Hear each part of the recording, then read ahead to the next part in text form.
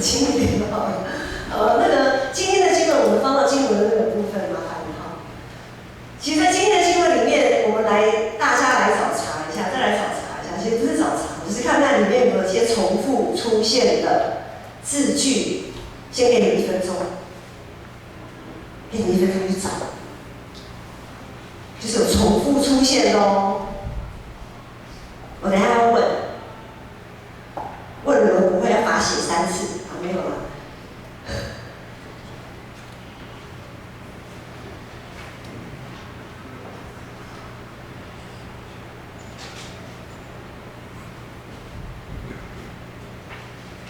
好，有没有发现有重复出现的？有。出现什么？来，想想错了，不会扣分吗？下次不可再。不可，3次。不可怎样？不可的，比如说19节，不可忘记那一可，不可不去在一起去。然后20节。打橄榄，吃上剩下的不可再拿。21节摘葡萄，剩下的不可再摘。还有吗？还有哦。要留给寄居的与孤儿寡妇。好，所以不可再去取或者再摘，然后要留给。好，这是一个它重复出现的这样子的一个其实是在我们读经的时候，当你发现许多重复不断出现那个字，其实它是个关键字。好，这段经文呢，然后最后他又强调说，你要纪念你在埃及地做过奴仆，所以我吩咐你这样行。上帝这句话到底什么意思呢？就是当初这群以色列人他们在埃及的时候，他们做过奴仆嘛，在埃及被人家当奴隶使唤，然后受尽各种的压迫折磨，生活非常的苦。于是上帝就把他们从那样子的情况当中救出来。于是上帝说：“今天你们，因为他们要进入迦南地，对不对？好，这个时候生命记的这个时候他们要进入迦南地。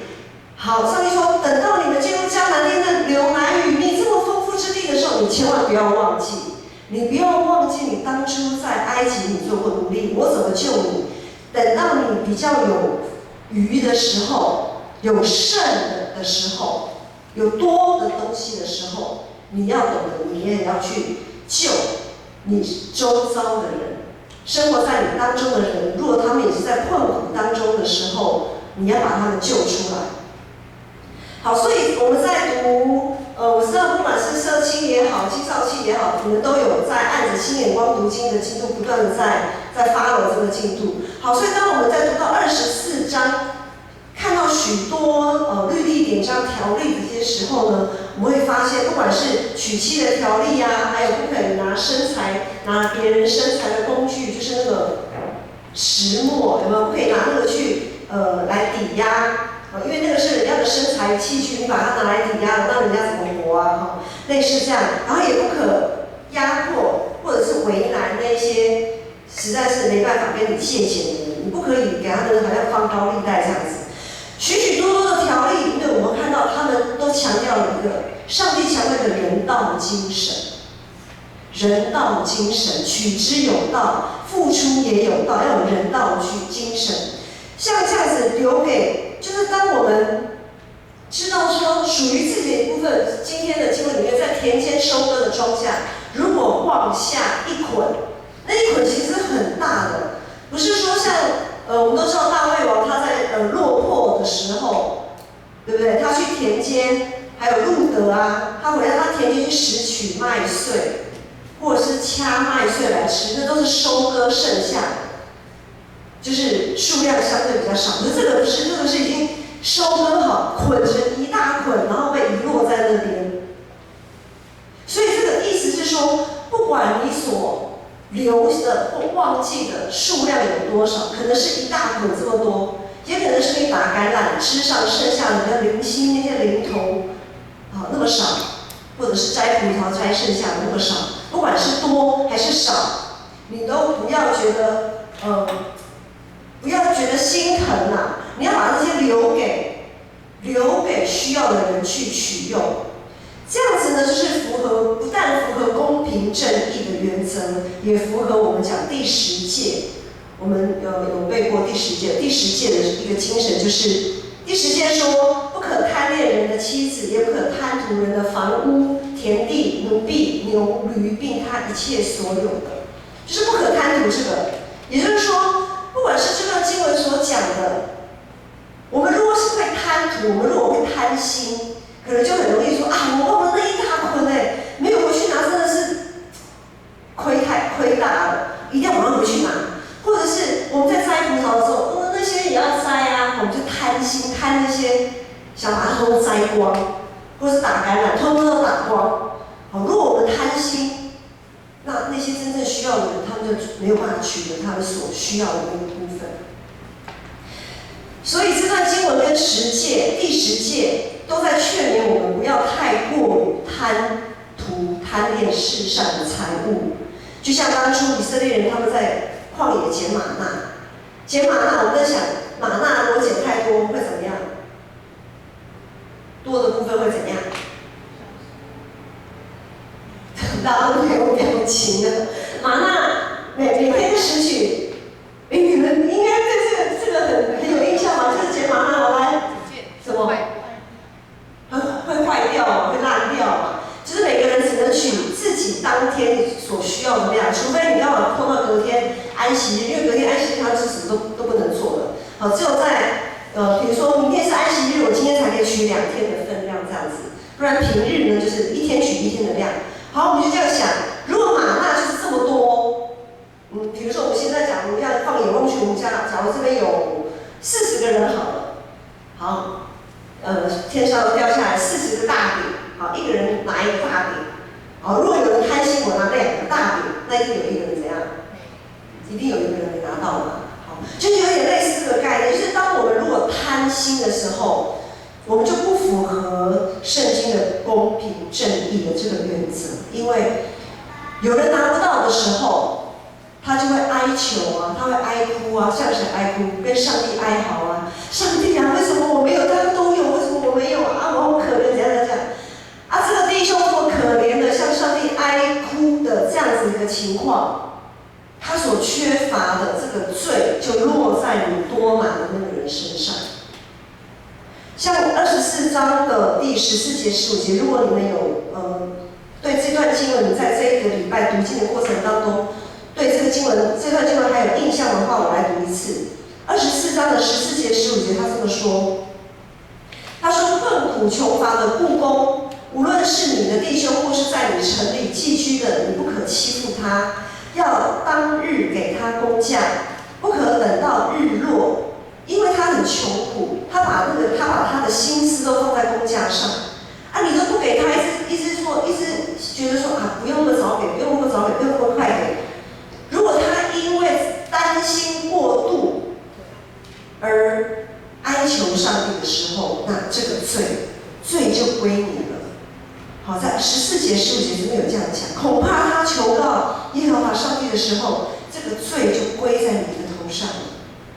所以按照整个脉络这样来看，旧约的律例典章其实都是属于一种基础性的规范，就是我不亏待人，人也不亏待我，大家和平共处。就好像现在我们现在这个时代我们都有法律嘛，刑法、民法，各种公司法、各种法，我们都是为了保障公民的基本权利。就好像我们开车出去啊，我们那些交通规则是保障一些基本的安全，好，那是个底线。但是我们是基督徒的话，我们不能以只守这个底线就满足了。如果我们只是为了要守这个底线满足的话，那我们当基督徒其实好像也没什么多大的不一样。好，这样子的标准，如果我们要活出一个基督徒的样式，用生命影响生命，我们只是维持基本底线的标准是不够的，不能只是说我不犯人，人不犯我，或者是我们不只是要己所不欲，勿施于人，还要更积极的怎么讲？来，己所不欲，勿施于人，就是比较消极面嘛。那积极面要怎么说？己之所欲施之，己之所欲施之于人，这更积极的，对不对？好，那今天这段经文里面说，若妄下一捆，不可回去再取。这个也是比较消极的面向，消极的要求。更积极的是怎么样呢？我们不只是忘记不要回去再取，而是要刻意的。我们可以更刻意的留下一捆，或者是当我们在打橄榄或者是摘葡萄的时候，我们刻意的多留一些给那些需要的人，就积极的活出我们基督徒该有的样式，因为我们这个是根据耶稣的典范，耶稣他也是更积极的，他道成肉身这件事情，就是更积极的爱世人。上帝爱世人，甚至于牺牲他的独生爱子，让他来到世间，并且为我们这一群罪人上十字架，这是一个积极的牺牲的爱，不是好像那种这种就是狗不揪，台语狗不揪，华语怎么翻？我忽然翻不过来，就是不是那种被迫的牺牲，是积极的牺牲，这个积极的精神，就是不用等人开口就先付出的这样积极的精神，我们在耶稣的身上看见这样的典范。不只是如此，我们也在跟随耶稣的那一群妇女身上看见一个典范。我们在路加福音第8章这边有一个记载，我来读。耶稣他周游各城各乡传道，宣讲上帝国的福音的时候呢，和他同去的有12个门徒，并且还有那被恶鬼所附、被疾病所累、已经治好的几个妇女。其中有称为抹大拉的玛利亚，耶稣曾经从她的身上赶出7个鬼，大家应该都还蛮有印象的哈。另外呢，又有希律的管家苦撒的妻子约雅拿，并苏撒拿和好些别的妇女，他们都是用自己的财物供给耶稣和那些门徒。从这段经文里面，我们会看到，当耶稣四处去，当他道成肉身，开始他侍奉的这样子的一个过程，事工，他在展开他的事工的时候，不管是传道、医病、赶鬼还有去祷告怎样的，他所做的一切都成为每一个时代门徒的典范。但是最重要的，耶稣之所以能够这么顺利的去进行这些事工，他吃什么，住哪里，后面都有一群人默默的支持着他才能够完成他的使命。或许我们会问说，耶稣是何许人也还需要我们人这样的去帮助他吗？他是无饼鳄鱼的主他没有东西吃的时候，他就自己弄一弄，助导一下，他就有的吃，可以吃饱啦。他一定只要他一句话，他也不用到处去走，不用这么累，他只要一句话，哪里的人就可以被医好，哪里的鬼就可以被赶走。他何许人也干嘛要一群人这样子去帮助他？其实耶稣这是恩典，就是他把这样子的恩典释出来，是要让更多的人可以去参与上帝国福音的这个工作。就好像现在我们被耶稣呼召，我们一起参与在他的圣工里面，让我们有份于他的荣耀。所以呢，这一群在背后默默支持耶稣的妇女，他们刻意的挪出更多的时间，他们也拨出他们的金钱，积极的投入耶稣的事工，成为耶稣事工的赞助者。他们也成为耶稣的本身的赞助者。在这段经文里面，在路加福音这段经文里面，我们同时会看到门徒，也会看到这些妇女，也就是这些妇女跟门徒的地位是一样重要的。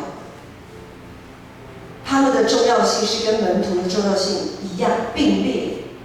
没有说门徒听起来好像那个名字响当当，那个名字门徒哎，而且他们最后成为12使徒，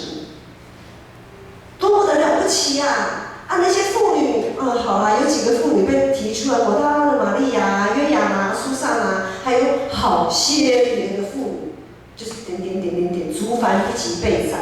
那些没有被提出来的，好像有点弱，在人的视角来看是比较好像有那种高低的地位的分别，但是在圣经里面没有，在上帝的眼光里面也没有这种高低多少的地位的差别。只要是能够积极投入参与在耶稣事工的，都是耶稣的赞助人。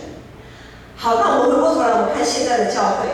我们现在教会所推行的各部所推行的每一个事工，也要以耶稣为基础哦，也都是以耶稣的事工为雏形为出发点。然后呢，当我们每时每刻同心合意的在参与这些事工的时候，我们每一个人就成为耶稣的赞助者。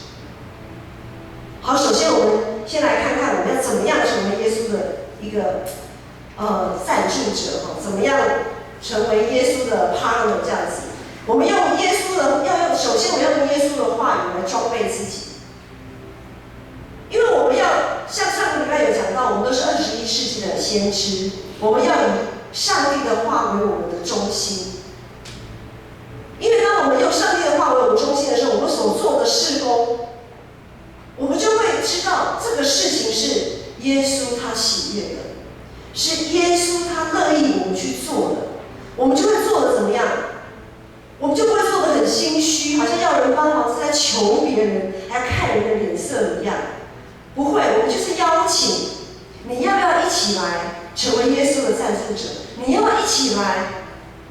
协助耶稣的事工？我们会邀请的很理所当然，我们也不会低声下气的邀请人。那参与的人呢，因为知道这件事情也是耶稣的呼召，耶稣乐意他来参与，参与的人也会很乐意的参与。当然，除非如果因为每个人的呼召、每个人的恩赐才干不一样，每个人的时间分配，在圣灵的感动底下也不一样，所以当然我们可能会有一些伸缩弹性的地方。但是当我们很确认这是耶稣要我们做的事情的时候，我们就会刚强壮胆的去做，即便可能在一个时间里面，哇，怎么都没有人帮忙啊，邀请这个邀请那个，他们都有他们另外的安排，然后我就一个人孤军奋斗，可能会觉得很孤单。但是如果你确定是上帝要你做的，圣灵与你同在，耶稣与你同在，他是我们最好的朋友。即便如此，我们也会刚强壮胆的去做。好，所以在这样子不断的操练的过程当中，我们会不断的经历神，在上帝的话语，上帝的话语成为我们服事做任何事的基础，然后我们就会不断的经历神。不管在服事，不是只有在教会里面才有叫做服事，在我们的工作上，在我们的学校里面。比如工作上有人可能会有一些困难，你去帮助他，或者是做出非常美味的料理，可以安慰人的心。然后呢，读书呢，有人问你问题，你也很乐意的去为他解答，不会说下节，比如下节要考试啊，有同学问你们问题啊，不会说什么我自己读都来不及了，我还要跟你解答，你去找别人这样子。如果你可以知道这是耶稣乐意的，你愿意把你多余的分给这个同学，也乐意帮他解答这个问题，你就不会去担心啊，那我少读那个1-2分钟我就读不到，不会。就是我们很确定的知道我们所做的每一件事情，我们都要成为耶稣的赞助者，就是耶稣所喜悦我们做的，成就上帝国的事工。所以像这样子的见证，这样子生活当中许许多多小小的恩典、小小的挑战、小小的进步，都值得我们欢呼啊！都值得我们欢呼。我们每一天其实都成为耶稣的赞助者，因为耶稣也说，当我们愿意坐在最小弟兄身上，就是怎样？就是坐在他的身上，都是坐在他的身上。好，所以我们下个礼拜有一个有音乐见证牧师也说过，就是我希望我们每一年都能够办一次，因为我相信这样子的见证一定会一直不断的有这样子的见证。那我们就要，因为时间有限，我们也不可能每一个人都上来说见证，所以我们必须有一些名额限制。这样子的见证就是让上帝在你身上所做的那些荣耀可以彰显出来，可以造就鼓励更多的弟兄姐妹。因为我们人点灯不是放在斗底下，是放在灯台上。好，是放在灯台上。在为主做见证的时候，我们就不需要谦卑，因为这是荣耀主的时刻，这是荣耀主的时刻。像下礼拜我们的华语堂跟台语堂的见证都不一样哦。如果你有兴趣，可以两堂都参加，两堂都听。那华语堂呢，我们有佑书哥，有为我们其中有一位见证就是佑书哥的见证，要来哦，好，要来听佑书哥的见证哦，好，非常难能可贵的哈，每一个见证都是生命的分享。好，所以当我们用上帝的话语来兼顾自己的时候，我们就可以很确定，我们可以这样做，也可以那样做，我们就知道说这是我们都在做耶稣的赞助者。好，再来就是我们要积极的参与团契生活。团契生活真的很重要，而且参加团契，像你们可能会觉得，我不晓得你们会不会觉得参加团契很理所当然啦，反正就是参加团契嘛，每个礼拜就是会有青少年团契啊，就是会有社青团契啊，就是会有一些跟你们比较相关的这两个团契。好，反正我去不去，那群人就是有一群人固定会在那边。然后我今天想说好累哦，我就不要去，或是怎么样的，事情就排开了。其实这样子会蛮可惜的，因为在团契里面真的可以得到很多恩典。可是有的时候我们就是人会身在福中不知福，会觉得团契好啦，就勉为其难的辅导已经在催了嘛，会长也在催了嘛。好，我就勉为其难的来参加团契，其实不是的。团契里面有非常多的恩典，因为上帝会透过你们在团契当中的分享，他会把他要告诉你们的话，比如说，好，青少年团契，假如说现在季红在分享，季红所分享的东西可能是上帝要借由季红告诉黄信的。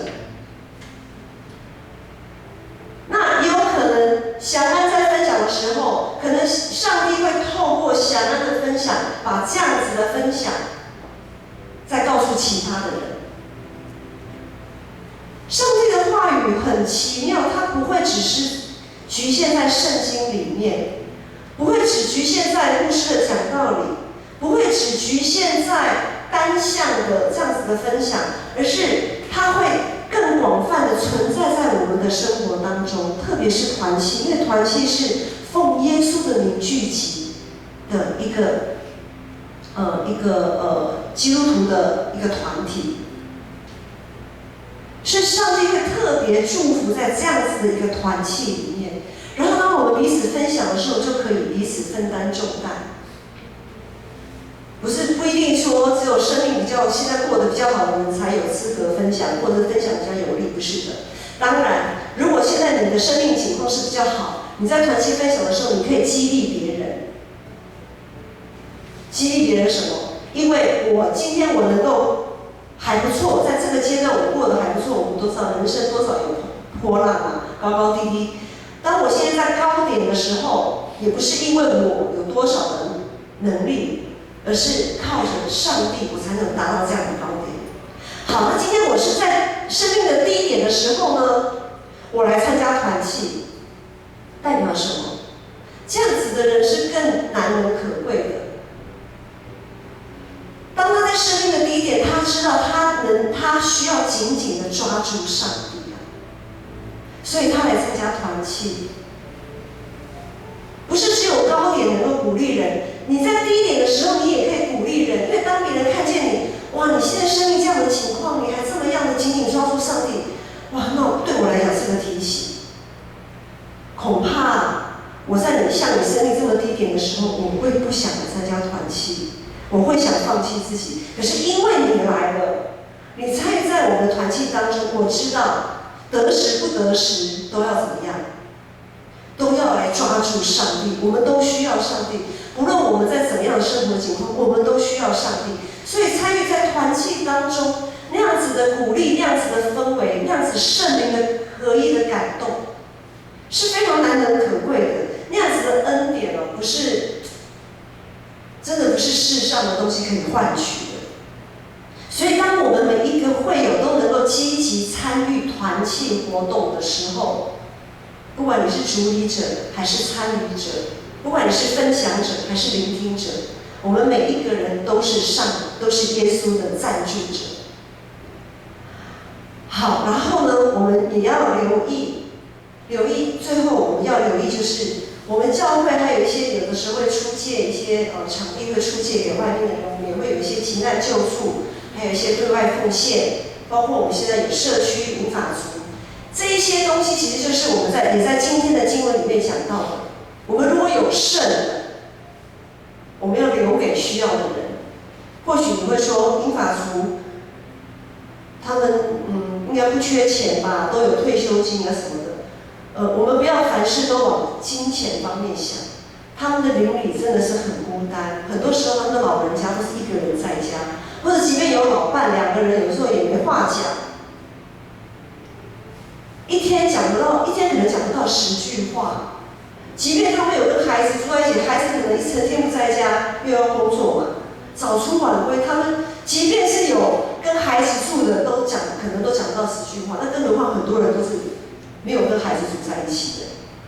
所以他们的心里是很孤单的，只是表面上你可能看不出来。然后当他们来到教会，我们就是刻意的，我们教会就是刻意的更积极的把那一大捆的禾捆刻意的留给他们，然后我们也让他们负担一点点的费用，好让他们来到教会参与这些活动的时候可以有尊严，他们不会觉得被施舍，而我们也不能站在一个高度说，我们教会提供你们场地怎么样，所以我们好像就姿态比较高，不是这样子的。好，因为这不是上帝的心意。好，所以当我们愿意这么积极的去爱邻舍，我们就绝对不会贪心，我们也不会贪图邻舍的东西，就更不会在意我们所留下的留给别人的有多少。那最后是要讲一个例子，就是在以色列的地图里面，我不晓得你们有没有去研究以色列的地图，它有一个很出名的，就是约旦河，我们在读圣经都知道哈，约旦河，然后约旦河它的源头是从黑门山的山顶的雪水，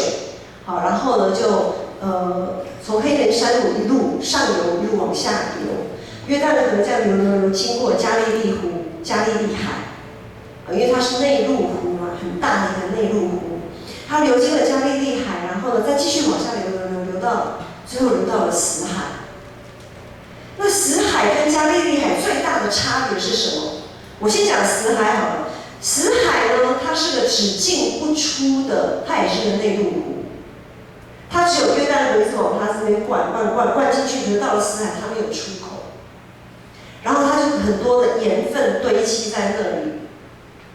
因为盐分太高了，它就没有办法有鱼啊那些水中的一些生物，它没有办法在那边生长。所以它叫做死海。那加利利海呢？它有进有出，所以它有非常丰沛的渔获量。我们在读新约圣经的时候，福音书知道耶稣要门徒去撒网打鱼嘛，对不对？他们捞了，哇！加利利海是当地的加利利地区非常大，特别是渔夫他们的一个经济来源，就可以知道他们的渔获量有多少。一个有进有出的内陆湖才能孕育生命，源源不绝。可是如果只有一个有进不出的死海，那就是只是等着枯干枯竭。像现在在死海，它的面积渐渐的缩小，因为现代的美容科技业来讲，因为死海说，听说死海的那些泥呀，累积沉积在下面的泥，可以那个什么泥浆啊，什么对美容大有功效。所以呢，好几十年来呢，就不断的去一些在美容做美容业相关的一些化工厂还是什么，就是去挖那些东西来制作成一些就是美容用品，这样子就对了。可是呢，到最近开始，它的面积死海面积开始慢慢的缩小，就是它本来就是一个有进不出的了，然后呢又加上人的贪婪，一直去挖，它的面积就越来越小。所以我们真的不能贪真的不能贪。那我们呢？我们的生命要成为怎么样？我们的生命就要成为一个像加利利海这样有进有出的活水。我们每一个人，即便不管你能付出的有多少，不要小看自己的力量。即便只是有人来问路，你告诉他一条正确的道路，这样子的爱，虽然好像感觉上你觉得微不足道。不足挂齿，但是呢，累积起来，就像河水、雨水累积起来，那个水流量就非常的庞大，非常的丰富。盼望我们每一个人都可以成为耶稣的赞助者，在我们的生活当中，一点一点的累积，在教会里面，在上帝的话语里面。在团契里面，我们一点一点的累积我们生命的质量，让我们，其实我们现在就是耶稣的赞助者，我们要可以赞助的那个质量可以更多、更丰富。我们一起起立来唱这首诗歌，主你是我力量，盼望主耶稣能够赐给我们更多的力量，让我们可以为他做更多的事。